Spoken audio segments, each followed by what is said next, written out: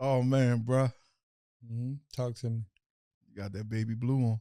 Why not me? You know what I mean? That shit look good on you, man. Thanks, North Carolina. I appreciate it. Yeah, you know what I mean? It'd be like, damn, when a person got that baby blue on, what's the first thing you think about? You know what I mean? I don't even really know, man. So many different sequences to the baby blue thing. You know what I mean? Yeah, the first thing I come to mind, MJ. Oh, yeah? Yeah, you know what I mean? First James thing Worthy. come to my mind when Jay-Z say, Rockaway, baby blue, white Nike. I know my niggas like her. Hey, listen, let's get the sponsors out the way. You know what I mean? Definitely got to get they just do. Shout out to Yo How Helping Hands. That home health care. Shout out to Flex Fitness. Right there. I just still, you know what I mean? You on 309, bro. Right out soon when you get off. I mean, come get a workout right there across the street from Showham Mall at Flex Fitness. You know what I mean? Shout out to that Wash Bar out West Philly. I mean, wash your clothes. Stop in right off of 52nd Street, 52nd and Haverford. You know what I mean? All you gotta do, if you coming from like Lancaster way, just look over to your left. You're gonna see that joint all lit right up. You know what I'm saying? That's a fact. And shout out to Self Preparatory Academy. Anybody that need any child care services. You know what I mean? Germantown Avenue, right off of Germantown and Worcester. What it look like, bro? Yeah, man, one day at a time. Speaking of the child care, you guys still got availability? Yes. You guys got some opening still? We got like 6 more spots. Yeah, that's hot. Yeah, let's get that filled up. We appreciate all the support, you know what I mean, for those viewers that's out there. Let's get the children in there. Definitely got the proper, you know what I mean, child care services in that. Sure. Definitely got it. For the viewers, first time viewing us, I always like to shout my sons out on the mural. That way we can pronounce their names, pray for them while they're in the grave. We definitely appreciate that support as well. So right to my left, I got my son, Gerald Stewart, who died in Philadelphia from gun violence at the age of 23. Right next to him, I got my nephew, Omar Vasquez, who passed away in Philadelphia from a car accident. And then I have my son right next to him, Mookman Jenkins, who died in Philadelphia from gun violence as well at the age of 18.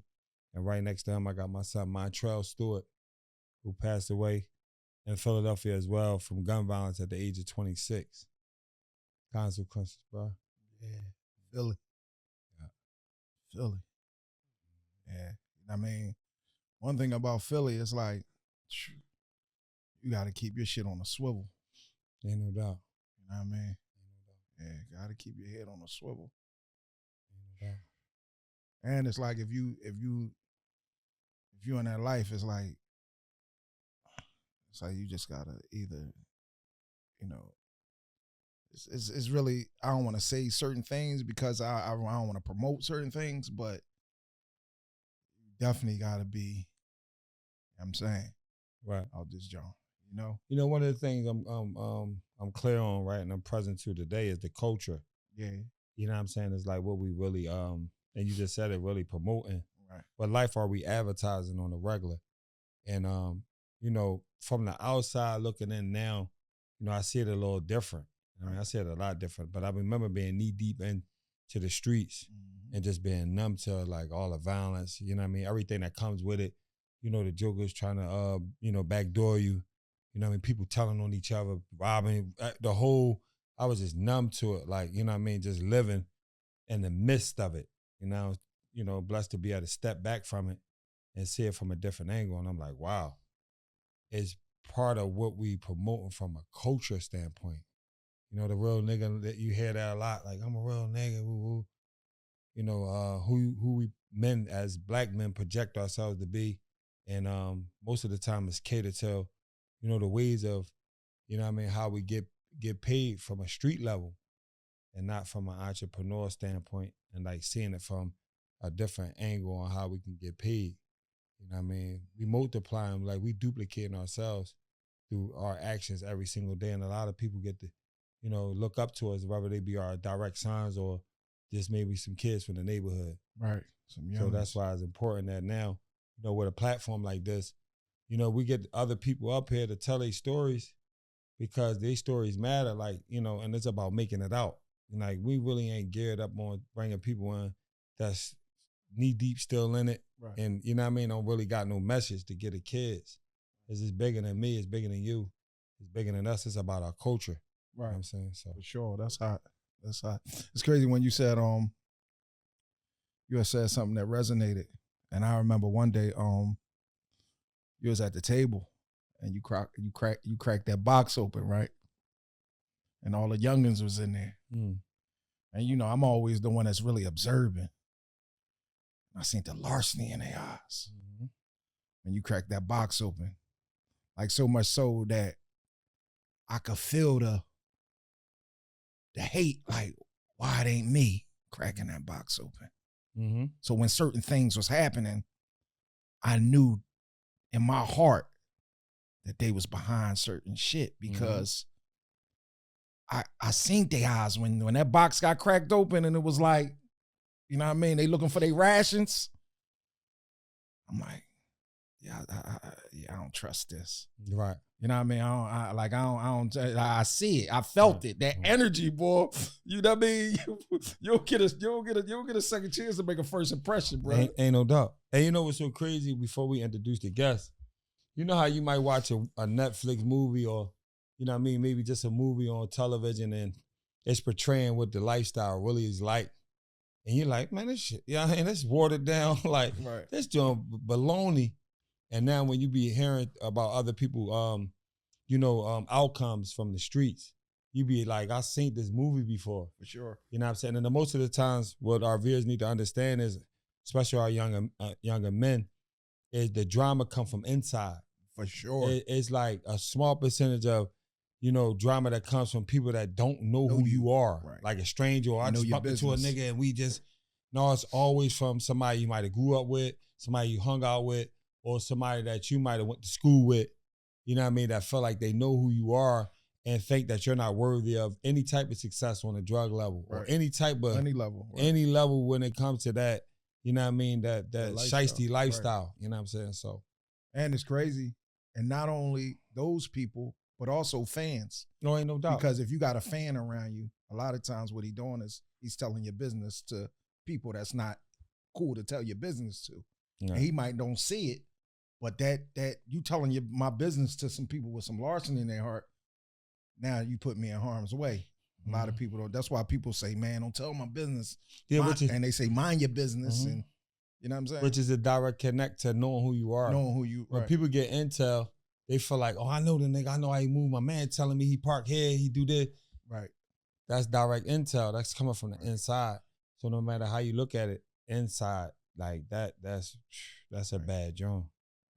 And for the viewers, sometimes you could be hurting your people and not even understanding how you hurting your people by just talking too much. You know what I mean?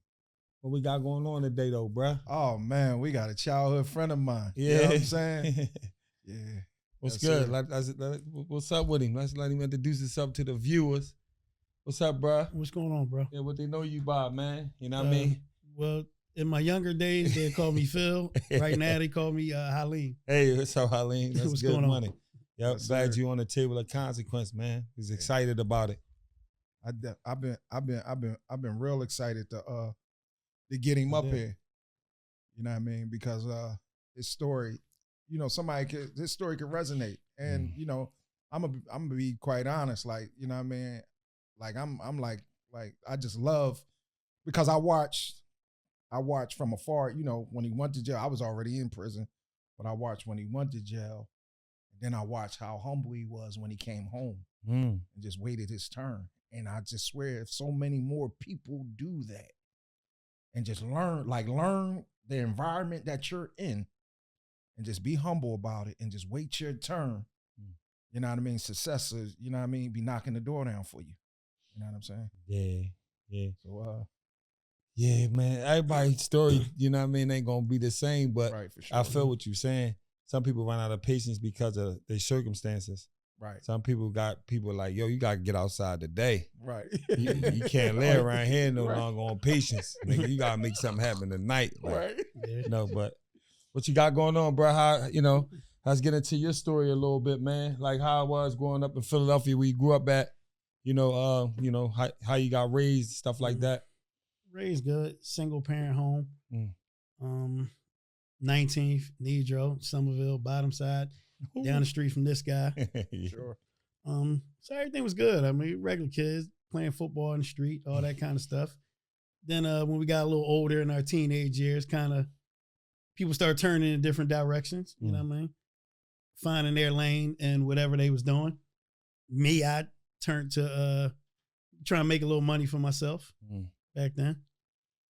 Yeah. So what that consisted of? When you try to make a little money, you turned into you started working? Like where you? Nah, we turned he turned to drugs. Oh. I was working, but Right. Start hustling. Yeah, start hustling. Yeah. But crack? What we doing? Yeah, crack. Weed, crack. That era. Crack. It was crack. Pills. Weed. No, crack. That was all straight crack. The vials. Yeah, that was all crack. 15s, 19s, and 31 illusions. Yeah, crazy era. That era was crazy. That era, you could really see something. Mm-hmm. You know what I mean, when I be seeing a lot of people out here now, and it's like it's slim to none that's really making them buck. You know what I mean? I'll be like, dang. Everybody was touching something back then. Everybody was able to find a lane for themselves back then. Right. You know what I mean? Yeah, I think that was the quickest way to turn a young, black male like myself out into, thinking that that's the way out, because that was our way of our people showing success outside of maybe, not too many people was making it to the league, and you wasn't hearing stuff like that in Philly or rappers and none of that. Much, yeah. Right. You know what I mean? It was pretty much crack, or you going to go work, and working was like, the way they was giving it up back then was like, wasn't enough. Wasn't enough. Right. I can't and our people was having long. babies. Yeah, it wasn't enough. Babies. Yeah, our families, back then, the family consisted of like 5, 4 or better. You know what I'm saying? The households, you know what I'm saying? So, with the children, it'd probably be a 6-piece, the mom, the grandmom, and 4 kids. Man. Yeah, I grew up. And the cousin. I grew up in a household of four of us. And I remember, man, it was so tight. Mom used to wash the clothes in the tub and hang them on a radiator to dry. Talk to me. I mean, for school the next day. Yeah. And it's tight. And if you had to get, like, if that was your set, you put that shit in front of the oven. Put the chair in front of the oven. And the heat night. Yeah. But hanging it outside hanging it outside wasn't an option. Right. Niggas was stealing clothes back then. People Crazy. steal your clothes off the line. I got my sneak stole from up his way going to the swimming pool, man. Go to Belfield. Right. That's a fact. Mom told me not to wear them joints, man. I wanted to show my good sneaks and wore them. Walked home barefooted, man. Dang. Yeah, that's real life. I ain't gonna lie though. 19th and Nedro back in the day, 19th and Nedro was like, if you lived up there, to us, coming from Belfield, you lived up there, you was living good. Like, I mean, that's how we looked at it. I understand. You know what I'm saying? It may not have been the truth. You know what I'm saying? But that's how we looked at it. We like, no, they got garages. Oh, okay. You know what I'm saying? I was going to ask you, what was the difference was they had garages. Okay. And a little bigger bit houses and a patch of lawn. Bigger houses. Right, bigger houses. Whereas we had alleyways. Yeah, I get it. You know what I'm saying? That was the only difference. Right, that was the only difference. Right. Still some of the same mentalities though. Yeah. You know what I'm saying? Yeah. So speaking of mentalities, bro, what was your mentality like, once you start hustling and all that, as you start getting older, did you start having children? Yeah, I had my first son. Oh, man, I forgot what age I was, man. That's sad. But he's 27 now. But had my first son and still was, running around doing what I was doing. And we took a stab at the music business with, Swizz and G's and all them. Right. When they was rapping, I was kind of like they manager and all that. So we took a shot at that. And then things started to progress a little bit, with some out of town stuff and all of that. Right. And that's when I got locked up.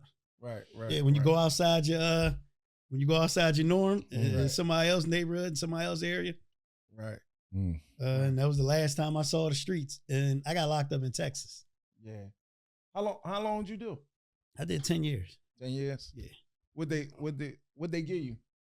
Criminal conspiracy, 132 months. 132 months. Yeah.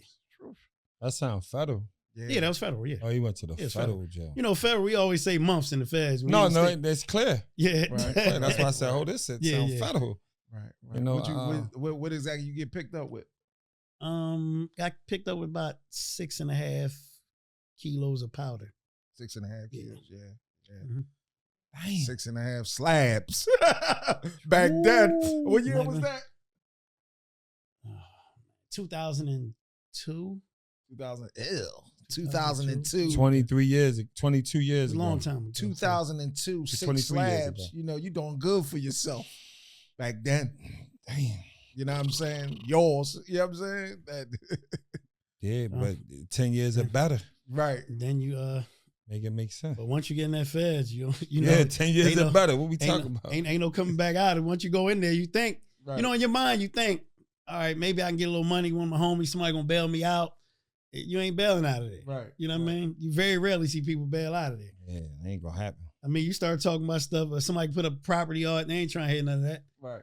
They said I was a danger to my community. Right. But my community loved me. So I'm like, I ain't a danger to them. Did you ask them? Right. You know what I mean? So. Right, for sure. They definitely the love rules. There's no rules. So when they put them silver cuffs on you, none of your rights and all that shit is out the window. Yeah, that shit off like a facade. Yeah, exactly. You don't mean nothing. Once you're in that federal custody, oh yeah, man. Forget about it. Take me back though to like the day you got booked. Like what you got pulled over? So the day I got booked, I was in the car with the girl that was driving the car. I don't know what I was in a rush for. Even talking to some of my homies back home, like, man, don't get in that goddamn car. Right. I don't know what I was rushing home for, but I was in Houston. Right. I was flying out of Dallas. Okay. To come back home. I hopped in the car to ride up to Houston. I mean, from Houston to Dallas to catch a flight home when I should have just got on Greyhound and let the girl go on her way. Right. But, you know, that's where I was supposed to be at that time. So I gets in the car thinking I'm saving 3-4 hours because I missed my bus. Right. So I missed my bus and I'm like, I'm getting in the car with you. We're going to ride up here, and got pulled over. So I beat the pullover actually. So the state trooper pulled me over. He must have been new or something. So it was like a mechanical stash spot in the car. This guy must have been new because this guy checked this car for about 30, 40 minutes and didn't find nothing. Like the stop was damn near over. You know, they put your luggage on the highway.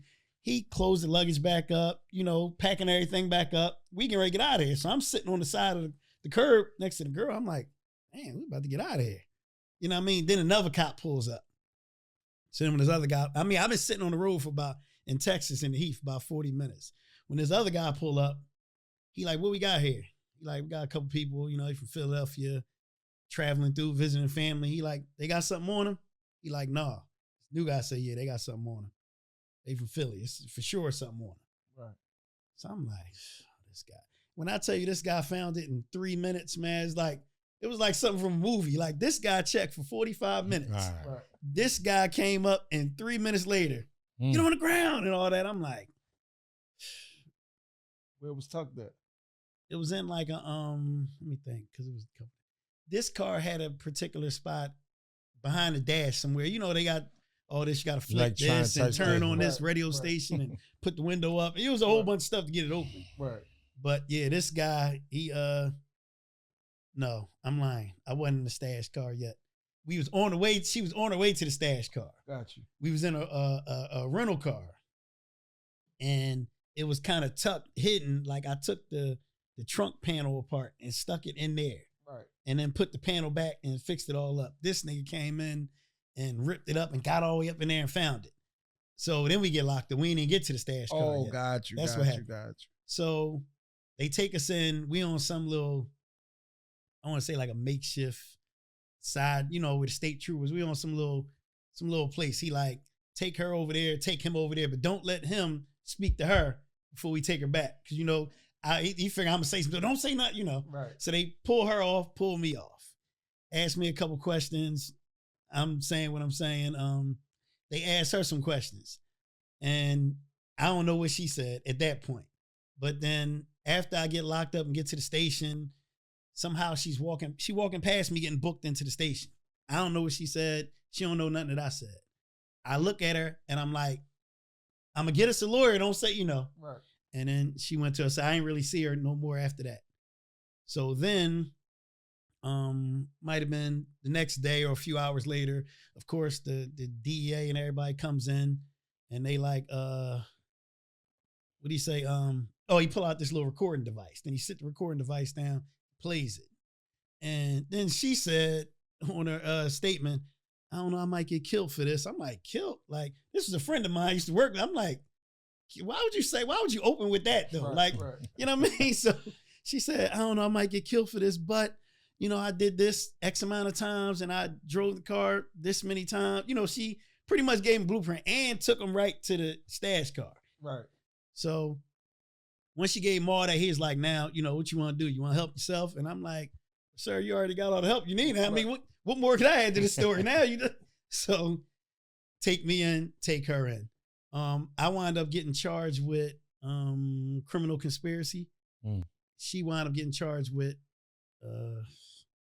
violation of the Trafficking Act, something like that. So she got out in like maybe 3 years, something like that. And it was crazy. I'm in a conspiracy by myself, but but they charged me when the feds can't get you for nothing else, they could just slap conspiracy because that kind of traps you in. Right. Now we could just lock you up for anything because I wasn't in possession of the car. I wasn't driving the car, none of that. But it's conspiracy. So it's my car now. I'm part of it.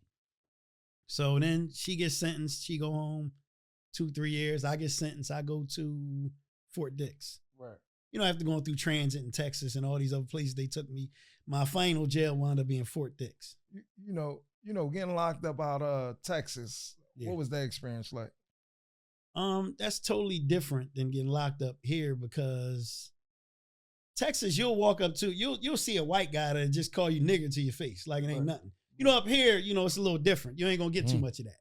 But down there, it'll be, I remember a game, we was sitting in, it's black guys and white guys, we all in the tank and we playing spades. And then, one of the guys that was playing the spades, he was like, he just talked so freely. We playing the card game, he said something like, "Yeah, I remember a time like it was a nigger in my," and I'm like, I don't even cuss. I'm like, what the fuck? Like, and then everybody else just chilling, like, like it was normal. And I'm like, so I'm the only one that's out of place. Now I'm the only one that this not normal to. Right. So then I talked to the other black guys and I'm like, why y'all letting that guy? And they like, "Oh, down here, Philly, this how, that's just how people talk." And I'm just like, this is crazy. Right. So, and even the separation in the jail, like I remember I was going to recreation one day and walk outside and it's all these different fences. Now you got to walk in a fence. You come out and you got to pick a fence to go in. So when I'm looking around the fences, all the Mexican gangs and stuff is over here. The white guys, the Peckerwoods, the dirty white boys, all the white gangs over here. Yeah. Like some miscellaneous gays and a few guys that's separate by themselves over here.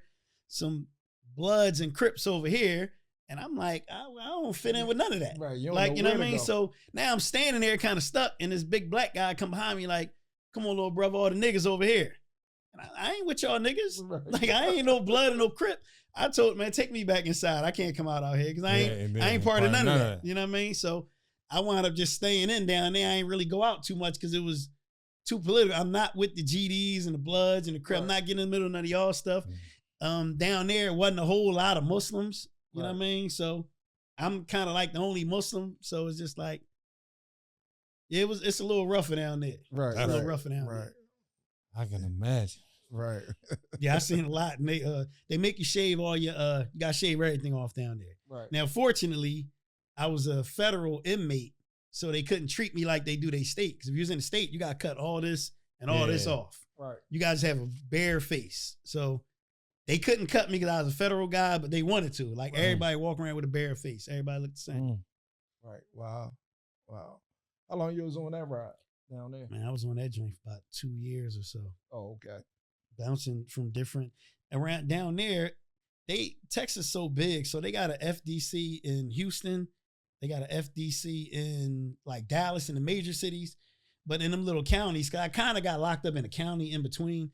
So when you're in them counties, you bounce from county to county. They don't keep you nowhere too long because you're like a federal inmate getting housed. So you might be here 30 days, here 30 days. So I was on like a diesel therapy ride for a long time. Right. for like 2 years. I was so happy. I never thought I'd be happy to walk into a jail, but it was like, I was so happy to get to Fort Dix, man. I could have kissed the ground. Right. Yeah, it was dang. That traveling around stuff, man. It's just what a way to live. Yeah, it's a rough ride for like 2 years. For sure. What a way to live. Yeah. And you know what's crazy? When you say what a way to live, we was prepped to live like that. Like how we was just like, it was just what it was growing up. Mm-hmm. It was like, yeah, you know what I mean? What's your name at? Oh, yeah, Beast up there, he holding that shit down. Yeah. You know what I'm saying? Yeah. That's just how that shit was. You know what I'm saying? Yeah. I think for me, it didn't really click until you start having them babies. And when they get a little older, you start saying, no, they could be a victim to this. So now you got to start thinking, processing all that. Yeah. You know what I'm saying? And there's nothing you can do about it. What's that? You know what I mean? It crushed me when my kid, after I come out from all the stuff I went through, to watch him go right to jail and almost do a sentence like me, it was right. How long your son do? He did 8 years. Oh wow. Yeah. So how did that impact you? Oh man, that crushed me to see him. It was like deja vu. It's like, what is my kid doing in jail? Because after I came home and kind of got established and had some things in order, I was kind of hurt for him to go ahead and go that route. You know what I mean? But he was on this, at that time, he was on this little independence mission to prove, Man, I know. Yeah, I can do me. I don't got to do with my dad. He's on one of them missions. You know what I mean? And he got locked up twice. He got locked up for a gun once. And I wasn't going to bail him out. I was going to leave him in there and let him get a taste of it. Then his mom was, oh, don't leave him in there, bail him out and all this. So I went and paid I don't know, maybe $4,000, whatever I had to pay to get him out at that time. And he came home and we was talking, and he had said something slick one day like, I ain't asked nobody to bail me out or something like that. And, so now my mouth didn't dry. Oh, really? Of course, you know what happened, like clockwork. Got locked up again after that. Yeah. And he get locked up again. You already know the first number he called. Right. And he said, though, it was funny. He's like, Dad, I ain't asked you to bail me. I just was telling you where I was at. And, because he already knew what he said. He kind of had to eat the crow a little bit. But, I couldn't bail him out on this one. But, I still made sure he had money on his books and the lawyer and all that stuff. Right. Yeah. Yeah. So now, he home, he a little more focused. 8 years to straighten you up a little bit. As a young boy, he spent all his, right. Yeah, he spent all his years in jail. Right. So, So when you came home from prison, like, what was it like a culture shock? Oh, ain't no question. Like what shocked you about the world when you came home? When I went in, it wasn't no Facebook, wasn't no Instagram. It wasn't none of that. I forgot. I think it was like MySpace or something. Right. Back then. So when I came home, everybody on the internet, everybody got these phones with the cameras and the videos. You can watch videos on the phone. Now they had them in jail, but I never touched them because I was trying to come home. I didn't want to get in no trouble. So I literally wasn't touching nobody's phone in jail. I'm like, I got to get out of here, man. I got to get out of this joint. I ain't trying to get caught with no phone and get shipped off somewhere else. You know what I mean? So I still didn't really get to see the phones like everybody did till I got home. And then when I came home, people was like, if you want to find somebody you just type their name in Facebook and, it pop up. And that's how you find all your people. So I'm on Facebook putting people's names. I'm like, damn, this, I sat on that computer the first time for like 3-4 hours just trying to, typing in names and looking at people's pages and all that stuff. But it definitely was a culture shock. I couldn't sleep. I ain't sleep for months because, I don't know how it is in the state because I ain't do state, but in the feds, they counting at 10 o'clock at night. Then they count at 12. Then they count like 4 in. Then like they coming through and they always like jingling their keys and making all this noise and putting the light in your face because they say they got to see your face. So, you never really get a whole full night. It's just like, count. You're like, damn. Then you hear the keys again. You wake up. So I was so accustomed to waking up every couple hours, couldn't sleep all night. Crazy. What a way to live. Yeah. What a way to live. Let me ask you this though. Coming home and going through different experiences, what was like your intake on how to survive, like make money and take care of yourself? I didn't know what I was gonna do when I came. When you're in jail, everybody got all these plans. I'm gonna get this loan, I'm gonna get a grant, I'm gonna get this real estate. You ain't got no money. Right. We come home with nothing. I don't care what you have when you went in, you got nothing. So I'm coming home with zero. I got about $400 on my books or something that they gave me when I left out. So I come home, I ain't really had no expectations because I ain't know what I was gonna do. Right. And then homie Mar wound up giving me a job on some tires. I ain't know how to change tires, nothing like that. Right. He's like, you can work here, but it was only like $300 a week. So now you talking about a man come home from jail, ain't got no money, making $300. I'm happy I'm making something because I ain't got no money. I got a kid, I got a teenage kid, and it's just, had to figure it out. So I started changing the tires. And, I learned that stuff. And then when Mar wound up leaving the shop and I wound up taking over that one for myself, he went and opened up another one, left me there. I just kind of expanded on it, what we was doing. I started doing insurance stuff, and then I got into, some storage, and, I started figuring it out. And then once I figured out the storage and all the other stuff, then, things started to open up for me. Right. You know what I mean? And then at that point was when I start, calling everybody else around me. Right. So how long was it that you was at the $300? That $300 pace a week? I was at that 300 for maybe like 7 months or something. Okay. So I was living with my mom at the time. And, everything was cool. Mom ain't giving me no bills and nothing like that, right. So it was cool. Right. She ain't putting no but I still needed, needed my own little space. Right. Yeah, you know what I mean? So I just was stacking my money, and then another little something else wound up landing on my lap. I mean, it wasn't. So my father, who I really didn't have a relationship with, wound up passing away. So I probably only seen my father maybe 4 times in my life. Wow. I would talk to him because I had his number. I would call him and, hey, you gonna come around? My birthday coming up, all this kind of stuff. He would always say, yeah. So never showed up. So finally my mom was like, you ain't got no father no more. Don't call him no more. I'm your dad. So I just stopped calling him. So fast forward to now, I found out later on in life that I had a sister from my father. So I met my sister, and then found out my father passed away. And before he passed away, I guess he was in the process of changing his will because he must have felt bad about me and her being only kids. So he left me in a life insurance policy first. So now the life insurance policy, I'm thinking I got a life insurance policy. I'm about to get some money. Got like $1,000. I'm like, damn. So I was like, I thought it was going to be more, but my father owned a house on Pike Street downtown in Center City. Wow. That he fully owned. It wound up being worth like $1 million. We still got the house now. My sister's still maintaining all that. But what happened was he had died with dementia, and he had like 100-something thousand in the bank.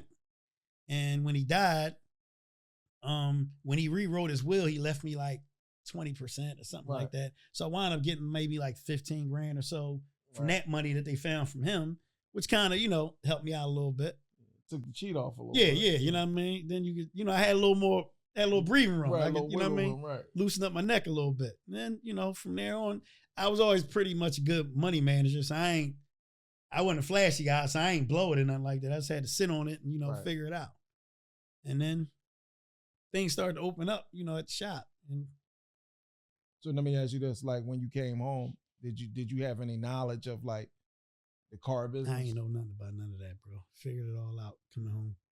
Right. Sitting around people, learning, watching, asking questions, Asking questions, yeah, that's important. Asking questions, then I just figured it out. I never thought cars would be, my lane. Right. But wound up being a good lane for me. You know what I mean? What you fully do now? Like how would you describe your actual business?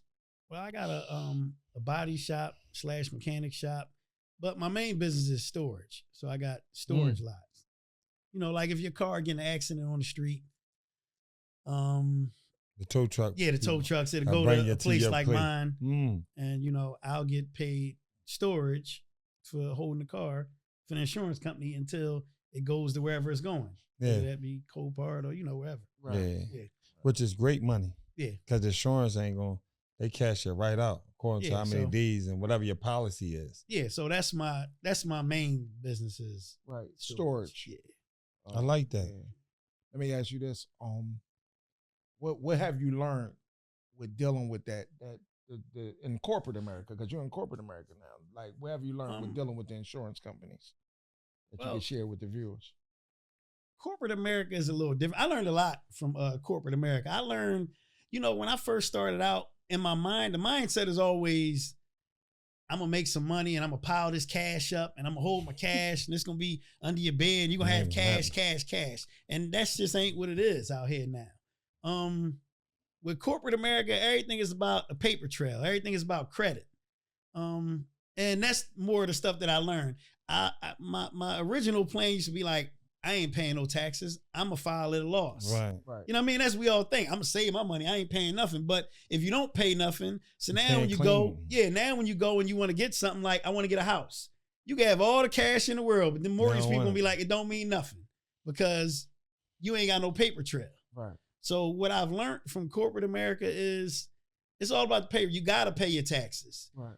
That's why businessmen will be supporting somebody like Trump or something like that for business reasons, for taxes, because people want lower tax rates. Businessmen want lower tax rates. Right. That's a fact. That's hot. We ain't got to agree with everybody on all their moral clauses, but as a businessman, you want lower tax rates. For sure. I used to always just sit back and be looking like, at guys like that with taxes and not wanting to pay and but now I understand. Mm-hmm. Corporate America taught me credibility. Yeah. So that's what credit means. Yeah. Your credibility. It's just like the streets. Yeah. Nobody gonna give you a joint, a whole bird if they know you can't move it. You got to be proven. That's a perfect way to explain it. That you can move it. Yeah. So that's how corporate America look. We're not even gonna give you a business loan, even if you got the money accumulated under the bed mattresses.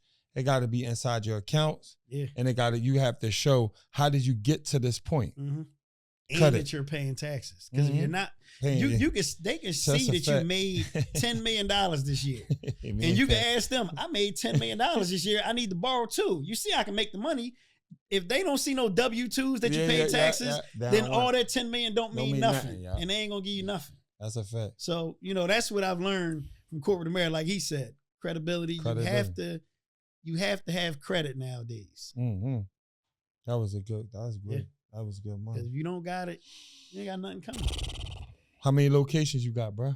Well, I got a shop, 1 shop, 2 storage lots, and we opening up I'm opening up a store in like another week or 2, like sandwiches and smoothies down Germantown Avenue, and also opening up another tire shop. Right. So keep expanding. Would you say that just from a tire, not even from the storage perspective, how lucrative do you think having a tire shop is? A tire shop is very lucrative because you have a low overhead. That's what it's all about. Low overhead. You know what I mean? You ain't got a whole bunch of overhead where you got to pay a whole bunch of stuff. Like a tire might cost $5 used. You're selling that tire for $40, $50. So look at the markup you got on that. Right. So that's why a tire shop is so good. Mm-hmm. You know what I mean? Because you ain't spending a whole bunch of money on that. Mm-hmm. So to start a tire shop, what do you think, and it's just for the viewers, you know what I mean? What do you think, how much money do you think a person, like, for example, if they do a mobile joint, how much money do you think a person need to start like a tire business? I mean, if he doing it mobile, if he got a van, man, $1,500 or something. Not too much because you would just need some kind of small machine to fit inside your van, a jack, some tools. I mean, ain't really about nothing doing it in the van. Right. Now, if you're trying to do it in a location, of course, you're going to need your first, last security and your equipment. Right. So, I mean, you can get one open for under $10,000. Mm-hmm. Easy. Yeah, you can get one open for under $10,000. Right. So a joker could be in business if he had a good 8,000. It's because it's tax time. Yeah. So if a joker had anywhere between 6 to 9,000, 10,000, he can start it. He can start that. Yeah, he can get his feet wet. He can get his feet wet. Right. He gonna spend all his money. He ain't gonna have to make it back. Make it back, but right. Yeah, he can do that. I like that. Mm-hmm. Yeah, that's. And just keep your credit good. Keep your credit good. Right. Keep your credit good. Don't burn your name out, because when it all comes down to it, that's what it comes down to, man. Who you are, what you represent, your name. Mm-hmm. And that goes for everything. Like when I leave this earth, I don't think I left nobody that could say something bad about me, because I don't do nothing bad to nobody. I try to help people. I don't think it's going to be a person. I don't think it's going to be a person that's going to be like, he was a piece of ish, or and that's important to me. Right. None of the money, none of this stuff, can't take it with you. When you die, somebody else going to have it. You know what I mean? It ain't getting wrapped up in them sheets with you. That was a great point. Yeah, you ain't taking nothing with you. Somebody else going to spend it. Your name. Right. So your name is really what you got. And in the business world, like he said, credit. Your name, your credibility. Mm-hmm. Same thing, he equated it to the streets. Your name, your credibility. Mm-hmm. So your name is good, you're going to be good. Right. You know what I mean? A lot of people will look at somebody, oh, you got a gym, and feel some type of way. Nah, work hard, because everybody going to get a turn. Just because he got a gym don't mean that a gym is my lane. Right. He could have been my best homie, but that don't mean it's my lane. Right. Like, he got a gym, I might do something else, but that don't mean I ain't going to get a turn. Right. So everybody, everybody get their shot. Now, your shot might not be to the level of his, but everybody going to get a turn, whatever your turn may be. Yeah. Right. And understand that you got to work. Yeah. Like some people, want what you might have, or want what I have, or want what bro got, but they ain't going to have the work ethic. Yeah. You got to work, man. Got to work. You know what I mean? You got to go to work and try to perfect your craft every single day. There's no such thing as staying the same. Mm-hmm. You should be trying to get better at whatever your craft is every single day, man. Yeah, for sure. That's how you wind up expanding. Yeah. You know what I mean? Sure. It's trying to stay the same and try to cut corners. Mm-hmm. Most of the time, that business is on the edge of coming to an end. Most of the people that I know that's doing their own entrepreneur thing, if they cutting corners, most of the time they ain't even in business no more. Yeah, Right. You can't cut no corners nowadays, man. Right, You got to do it the right way. Yeah, it's a different day. You got to do it the right way. Especially in Philly now. Yeah, and just find your lane. Right. You know what I mean? So let me ask you this. Mm-hmm. Well, for the viewers, what do they need to start a car storage business? Well, that's a whole nother thing, man. That might take, you gonna take a lot for that. That's gonna be, you might need 200,000, a whole bunch of land. You need a lot for that. Right. That ain't gonna be something somebody getting their income tax money ain't gonna be able to do that. That ain't gonna happen. That's something you're gonna have to gradually get into. Right. You know what I mean? That ain't something that somebody you gotta build your equity up. You gotta have a lot of equity. Right. To be able to do that. Because you got some people that's sitting on some money a lot of times, but don't know what to do with it. You know what I'm saying? Well, again, it goes back to what I just said. My lane don't have to be your lane. Sometimes you got to figure out something that you want to do and that you passionate about and that you might want to get into. Right. Because just because you put a bunch of money into something that I'm doing don't mean it's going to work. Right. It might crash for you. It might not work for you. I like that. Right. You know what I mean? I always tell people you got to go through the trenches. Yeah. Right. In order for you to actually find your lane, sometimes you got to stumble, fall down, take some hickeys, get back up, and finally figure it out. Mm-hmm. Right. You know what I mean? It's all about figuring it out, but you got to start somewhere. Mm-hmm. Don't be afraid to fail. You can fail your way to success. Right. Fail your way to the makes top. all the sense in the Got to world. fail your way to the top. Got to. Yeah. Yeah. Trying to make sure I cover everything. You know what I mean? What's the next plan? Like what's the next I know it's something up, like something big coming. I don't know if I got too many big plans. I'm doing this store, like I said, with my son, so that's kind of big. That's big for me to do something with my kid. Real estate, a few other things, but I'm getting a little older now, so I ain't gonna just keep expanding. My thought process is, I got life insurance. Right. That's something that I hope all your viewers know. Everybody should have life insurance. Okay. Don't feel funny to have that conversation with somebody. Right. It ain't nothing wrong with homies having life insurance on each other because, at the end of the day, we all gonna die. We all guaranteed. Right. So. And a lot of times the homies be like, yo, you got $2,000 to bury such and such. Yeah.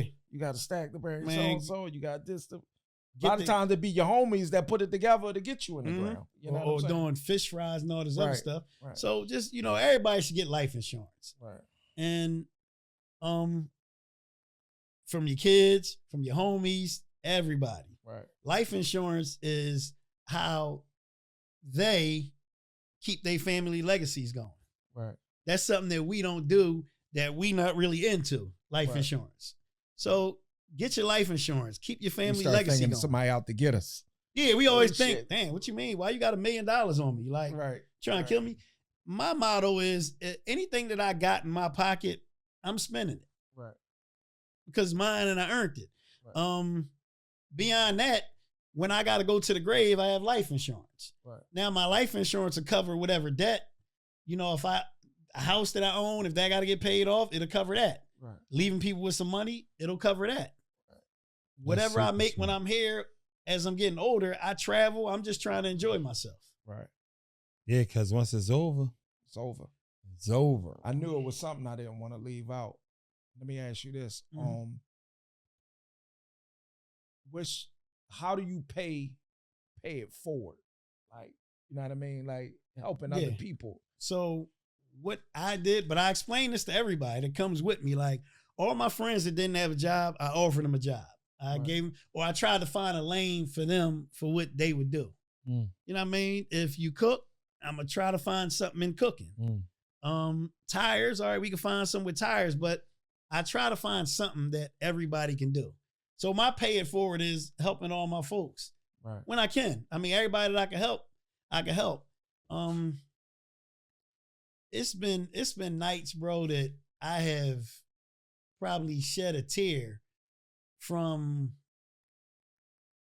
all right. So when you get to a certain position, right, and you start to help people, some people that you be around feel entitled to something that you may have got or you may have earned. Right. So you get a lot of entitlement. It be like sad sometimes because all I do is try to help. Right. And sometimes you'll sit back sad to hear that this person feels this kind of way about you because you ain't do this for them. It's always about something you ain't do. Right. It ain't never about you as a character, as a person, as a human being. It's normally about something you ain't do for somebody. Right. They ain't gonna talk about your character. Right. They ain't gonna say Bus a bad guy. Right. It might be like, I asked Bus, can I get $3,000? And he told me no. Right. So I'm mad at him because he acting funny. He acting funny. I see him on the podcast. No, I know he making some money, but he acting funny. Right. You know what I mean? That's the kind of stuff, that'll just sit back and just have me a little sad sometimes. But you ain't gonna say nothing bad about my character. Right. You know what I mean? Gotcha.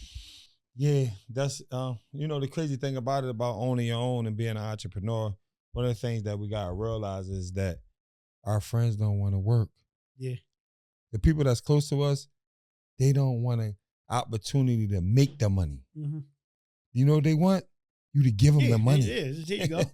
They want you to give. That's their way of you looking out for them. Mm-hmm. Damn, I need a little envelope. Yeah. You know what I mean? Like if you try and teach them how to fish, they don't want to go out there and catch no fish. They don't want to go out there and earn it. Mm-hmm. They want you to pass off. Yeah. Look out for them. Mm-hmm. Get me out this jam. Yeah. You know what I mean? And history will be repeating itself. Like if I just give you a bag of money, you'll be back for another bag. It ain't teaching you nothing. It ain't teaching you nothing. You ain't learned nothing but how to just get some free money. That's it. So yeah, I'm not gonna lie, man. A lot of people, just the fact that even have to be in a position to ask a motherfucker to do something for you, you should feel like, you should feel kind of like weird, like just as a man. You know what I'm saying? Sometimes, don't get me wrong, we do have to ask for help. Sometimes, but it should come with like that feeling like, dang, like I gotta get on my shit. Yeah. This ain't a good feeling having to ask another man for, you know what I'm saying? That's not a good feeling at all. You know what I mean? You do what I don't want to discourage nobody to not do it and then they go out there and do something crazy. Mm-hmm. You know what I'm saying? You do what you got to do, but you also got to make sure you out here putting the work. Yeah, you got to put in the work. One foot in or front come of to the person with a plan or something. You know what I mean? A plan is integrity, though. Yeah. Right. So now we're talking about acting with integrity. Yeah. Versus acting with entitlement. entitlement. Right. Yeah, You know what I'm saying? exactly. Or asking because you that frustrated and desperate. Right. Because of the things, the choices, and the stuff you got going on in your life. Right. Most of the times behind closed doors, people be getting high. Right. They're addicted to some type of behavior that's Some off type the of grid. Right. Yeah. You know what I'm saying? And it's just making them be in a situation Getting that they're high, in. gambling. Yeah, you know man, you broke as a joke. Mismanaging. Right. And you're You know going what I back mean? to being broke no matter what. Trying If to be I seen gave you amongst the something people. because of your habits and your lifestyle. Yeah. So, but integrity has you with a plan. Mhm. Like, damn, I need this Reebok startup money. I'll be right back around. Yeah. You know, and those are the best relationships because even if it took me a year, I got to give you that envelope back. Yeah. You know what I mean? And that's one of the best feelings. Damn, and you you believed in respect me. it more. You know what I mean? Damn, homeboy, And you believed in me. You believed in me. You know what I mean? Yeah. You took care of me.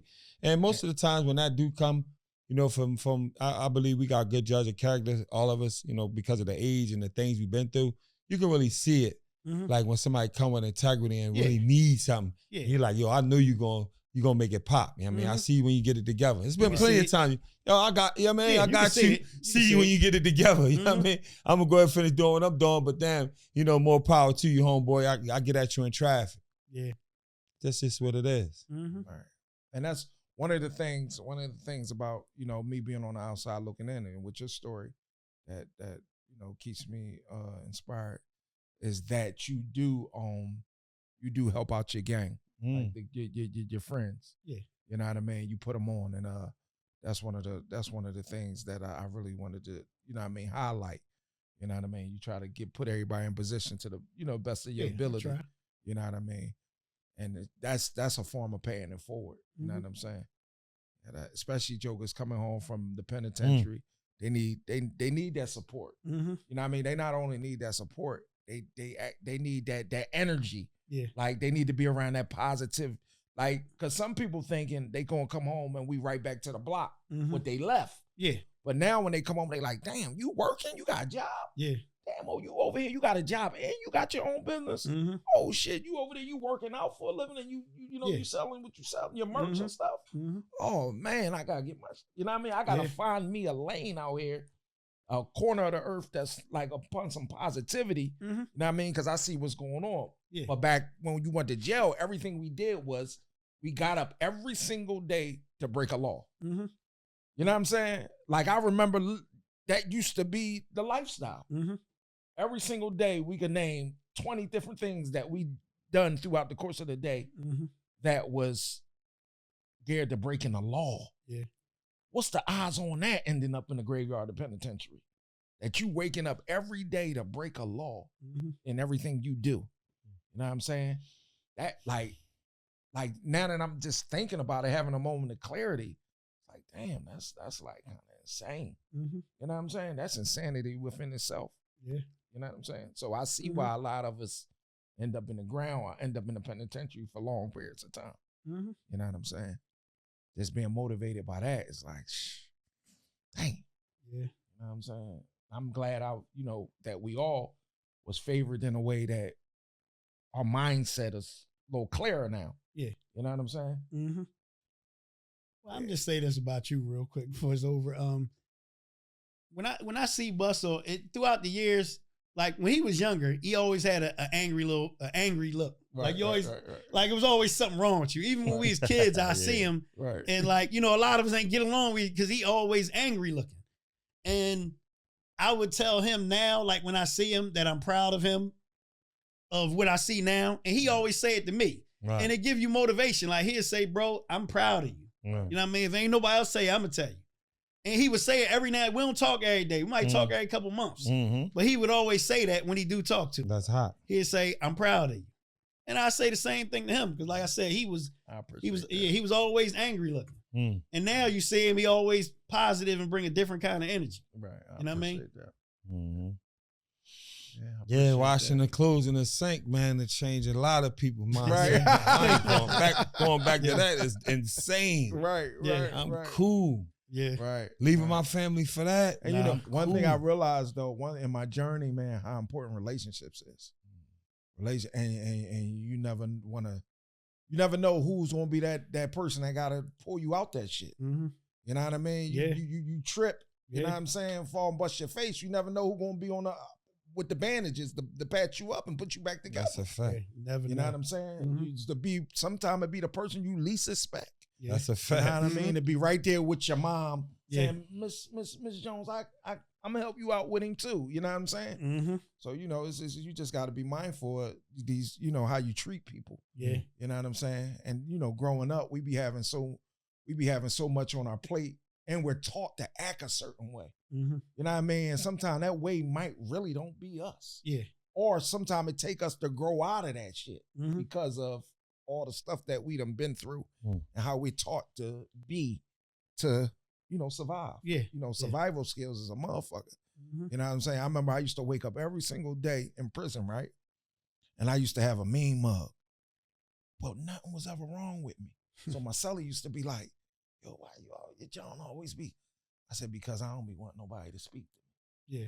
Like, you know what I'm saying? I be trying to keep like the some of the sucker shit away from me. So, you know, in that, you try to chase people away. But now that you're in like I'm a whole adult and I don't have a childish mindset, it's like, no, you don't want to chase the wrong people away from you either. Don't, you know, being that way. You know what I'm saying? So I definitely appreciate that. You know what I mean? And you know, on record, I'm just I'm inspired by both of y'all. You know what I mean? And I get a chance to see, you know, because I know, you know, both of y'all, I know the other side of each person. And it's inspiring to see, you know, bruh get up, you know, early in the morning, put his work in for him and his family and others, you know what I'm saying? And you put your work in for you and your people, you know what I mean? And that's what it's really about, man. Being that olive branch to be able to, you know, create something for yourself and be able to create something for others that's, you know, that you can help along the way. You know what I mean? That's dope. Yeah. That's dope. Appreciate you know you. what I'm saying? Yeah. Appreciate you. Appreciate you, Chant. What we doing? Man, another table of consequence, baby. You already Let's get it.